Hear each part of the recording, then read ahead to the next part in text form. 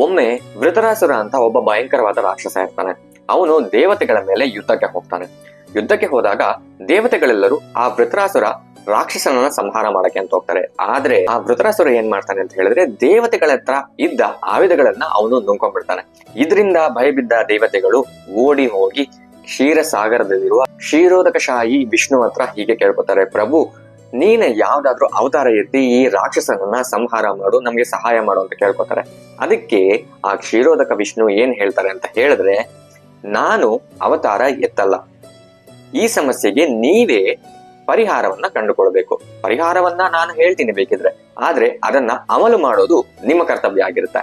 ಅದೇನಪ್ಪಾ ಅಂದ್ರೆ, ದಾದೀಚಿ ಮಹಾಮುನಿಗಳ ಹತ್ರ ಹೋಗ್ಬಿಟ್ಟು ನೀವು ಮೂಳೆಗಳನ್ನ ಕೇಳಬೇಕು. ಆ ಮೂಳೆಗಳನ್ನ ತಗೊಂಡ ನಂತರ ಇಲ್ಲಿಗೆ ಬಂದ್ರೆ ಅದರಿಂದ ವಿಶ್ವಕರ್ಮ ವಜ್ರಾಯುಧ ಅಂತ ಒಂದು ಆಯುಧವನ್ನ ತಯಾರು ಮಾಡ್ತಾರೆ.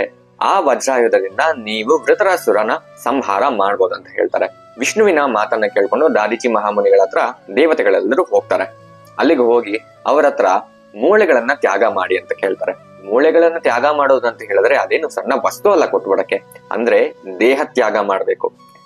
ಸರಿ ಅಂತ ಹೇಳಿ ಆ ದಾದೀಚಿ ಮಹಾಮುನಿಗಳೇ, ನನ್ನ ಈ ದೇಹದಿಂದ ಬೇರೆಯವ್ರಿಗೆ ಸಹಾಯ ಆಗ್ತಿದೆ, ನನ್ನ ಈ ದೇಹದಿಂದ ಮತ್ತೆ ಮೂಳೆಗಳಿಂದ ದೇವತೆಗಳಿಗೆ ಸಹಾಯ ಆಗುತ್ತೆ, ಸಾಕ್ಷಾತ್ ಆ ಭಗವಂತನೇ ನನ್ನ ದೇಹವನ್ನ ಮತ್ತೆ ಮೂಳೆಗಳನ್ನ ಕೇಳಿದಾಗ ನಾನು ಕೊಡಲ್ಲ ಅಂತ ಹೇಳ್ತೀನಿ ಅಂತ ಹೇಳಿ ಆ ದಾದೀಚಿ ಮುನಿಗಳು ದೇಹ ತ್ಯಾಗವನ್ನ ಮಾಡ್ತಾರೆ. ಇದು ಒಂದು ನಿಜವಾದ ಮತ್ತೆ ಬಹು ದೊಡ್ಡ ತ್ಯಾಗ. ನಾವು ದಾದೀಚಿ ಮುನಿಗಳ ಹಾಗೆ ಇಷ್ಟೊಂದು ದೊಡ್ಡ ತ್ಯಾಗ ಎಲ್ಲ ನಮ್ಗೆ ಮಾಡಕ್ಕಾಗಲ್ಲ.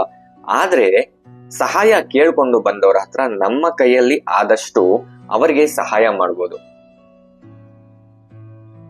ಹರೇ ಕೃಷ್ಣ.